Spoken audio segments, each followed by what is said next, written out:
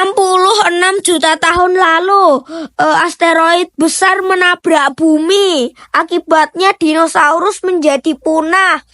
Dan asteroid itu menandakan bahwa era mereka sudah berakhir. Dan dimulailah zaman Kenozoiku. 4 juta tahun yang lalu, tak ada kota, tak ada manusia, tak ada suara. Hanya bumi dan dingin yang mulai bergerak diam-diam. Antartika melepaskan diri, ia menjauh dari Australia. Samudra terbuka, angin dari selatan mulai berputar, sirkulasi kutub lahir. Dan itu adalah tanda dunia sedang bersiap untuk membeku. Tak ada ledakan, tak ada gempa, tapi udara berubah. Karbon dioksida di atmosfer turun dan perlahan cluster pertama lahir. Sunyi tak terlihat tapi mematikan. Hutan tropis merunduk, padang terbuka menggantikan hijau yang lebat. Daun-daun jatuh sebelum waktunya. Akar-akar membeku di bawah tanah dan hewan-hewan berdiri terpaku menatap langit yang dingin. Awal kelabu menggulung tanpa arah. Matahari jadi asing. Glacier di Antartika merambat. Benua es muncul. Bumi kehilangan pelukannya. Dan semua yang tak bisa menyesuaikan punah. Diam-diam tanpa suara, tanpa jejak, itulah Oligosen. Permulaan prolog dari zaman es yang akan menelan segalanya. Di antara tiupan angin selatan, seekor Brontotherium melangkah pelan. Tubuhnya besar, matanya tumpul, dan setiap embusan nafasnya berubah jadi uap. Makhluk ini raja padang, tapi bahkan dia nggak bisa melawan suhu yang terus turun.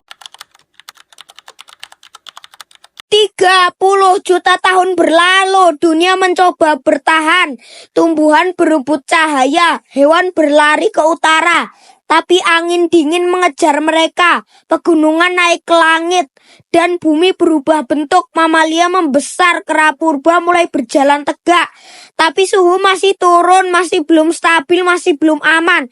Di sabana yang meluas, hewan-hewan mulai membentuk kelompok. Mereka hidup dalam kawanan, bukan karena damai tapi karena takut. Hutan hujan menyusut, rumput menggantikan pepohonan, dan di tengah semua itu benih manusia dilempar ke dunia. Zaman ini bukan milik mereka, bukan milik siapapun, ini milik cuaca.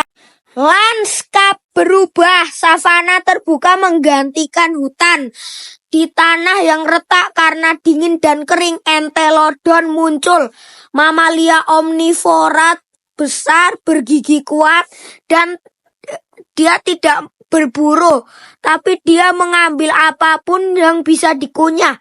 Di langit tinggi, Argentavis magnificens membentangkan sayap 7 meter lebarnya. Dia bukan pemburu tapi penjaga langit. Sekali terbang dia bisa melintas benua. Dan di balik pepohonan Afrika Timur, nenek moyang manusia mengintip dari balik batu. Mereka kecil tapi mereka melihat dan belajar.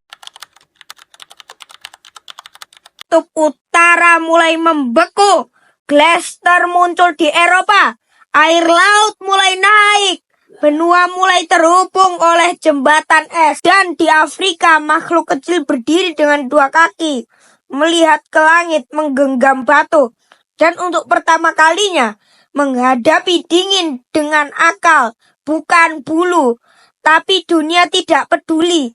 Pliocene adalah hanya menyiapkan panggung. Langit makin kelabu, salju turun di daerah yang belum pernah mengenalnya, dan bumi bersiap untuk sesuatu yang lebih besar. Laut menghempaskan dingin di sepanjang pantai Amerika Selatan. Thalassocnus, slot laut, berenang lambat mencari ganggang.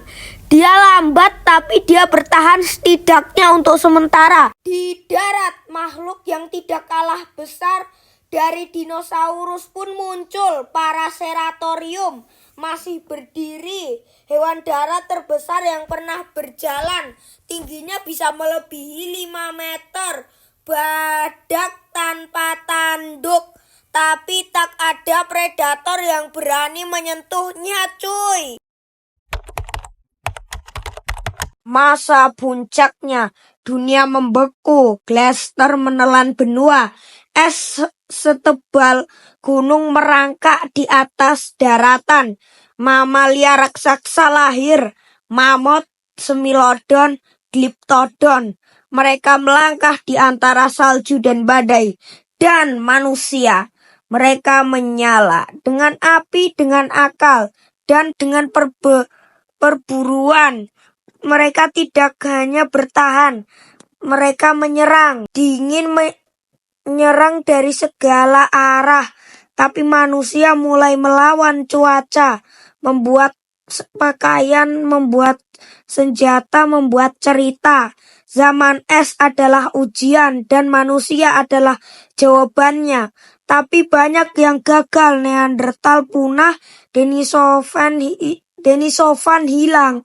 Hanya satu yang bertahan, Homo sapiens Mammuthus primigenius, si mamut berbulu.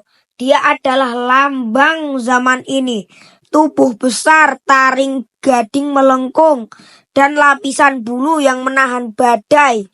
Di belakang bayangannya, Semilodon fatalis bersembunyi. Kucing besar bertaring panjang. Ia bukan pengejar, ia adalah penyergap. Satu lompatan dan leher mamut muda bisa patah.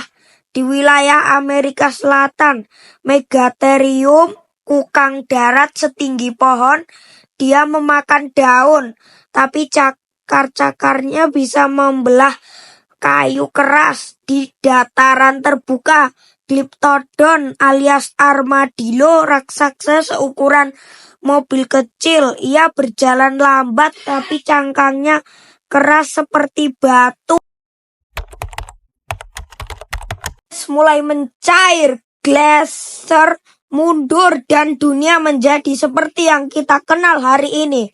Manusia membangun, berkebun, berbicara, berperang. Tapi salju tidak pergi. Ia hanya tidur, ia menunggu, ia diam dalam kutub. Dan satu hari nanti, jika manusia lupa, jika manusia menghancurkan bumi ini, zaman es akan datang lagi. Bukan untuk menguji, tapi untuk menutup cerita. Dengan putih, satu persatu hilang.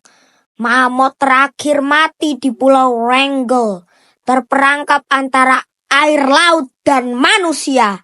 Semilodon lenyap dari dataran Amerika. Tanah yang dulu miliknya kini diubah jadi desa dan kota.